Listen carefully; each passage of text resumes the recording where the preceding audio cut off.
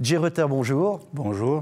Vous êtes candidat à l'élection complémentaire à la municipalité nyonnaise sur la liste numéro 5, Nyon Populaire, et vous avez accepté de répondre à cette interview dont le concept est le suivant. Vous avez ici 20 questions, vous allez en tirer successivement 3 et vous aurez 5 minutes pour y répondre. Je vous propose de partir.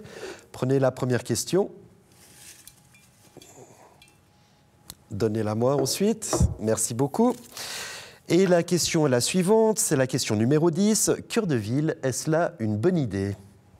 Alors, je pense que c'est une bonne idée de développer le cœur de la ville. C'est clair qu'une ville qui est attrayante dans son cœur ne peut que donner envie d'y venir. Après, le projet de cœur de ville aujourd'hui, pour moi, un des projets emblématiques, c'est bien sûr le parc Plertan. Donc j'ai bien compris qu'il y avait une partie de ce parc qui serait en pleine terre, ce qui est une très bonne chose, parce que si on veut vraiment développer un endroit de fraîcheur, un point de fraîcheur au cœur de la ville, c'est une très bonne chose.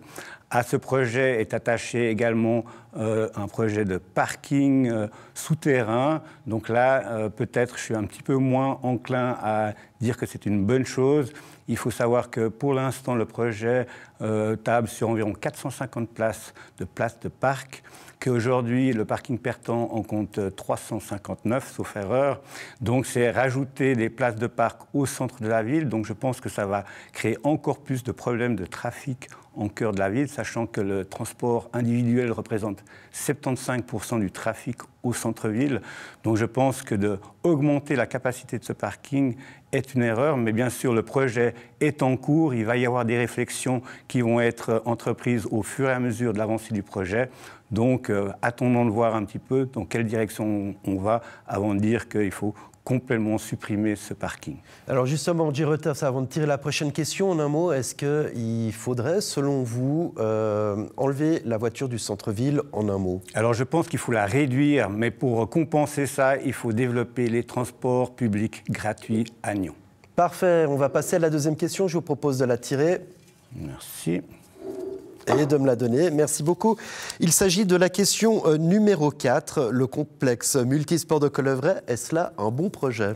Mais je pense que c'est un excellent projet. On sait qu'à Nyon, il y a énormément de clubs sportifs, qu'il manque certaines infrastructures. Je pense en particulier pour le foot. En plus, si le projet Maran venait à passer, ce serait un terrain de foot au cœur de la ville qui serait supprimé. Donc c'est important, bien sûr, de pouvoir compenser ce manque de places de sport au cœur de la ville.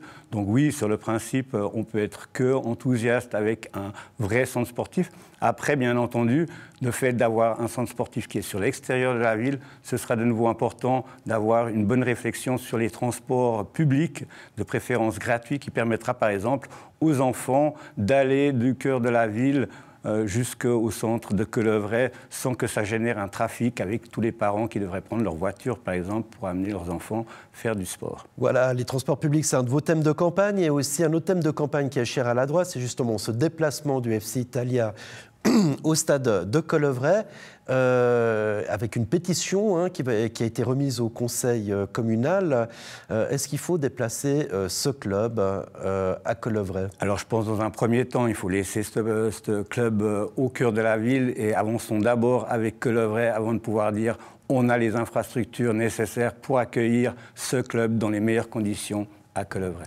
Je vous propose de partir sur la dernière question. Je donne un petit coup de sac. Allez-y. On se croirait au loto, c'est super. C'est presque ça.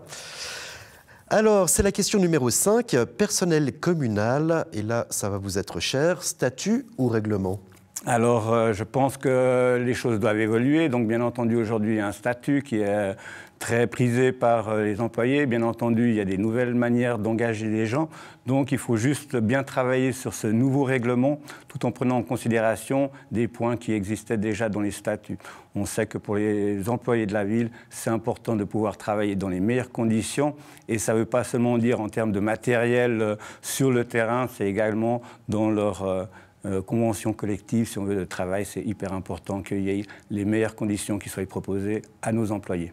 Si l'on passe du statut au règlement, on n'est plus nommé fonctionnaire à vie, on est un employé. Est-ce que cela satisfait le candidat Pepys que vous êtes? Alors, je vous avoue que je dois encore un petit peu travailler sur ce sujet. Comme vous le savez, je suis tout à fait nouveau en politique à Nyon. Ce sont des sujets que je travaille au fur et à mesure que la campagne avance.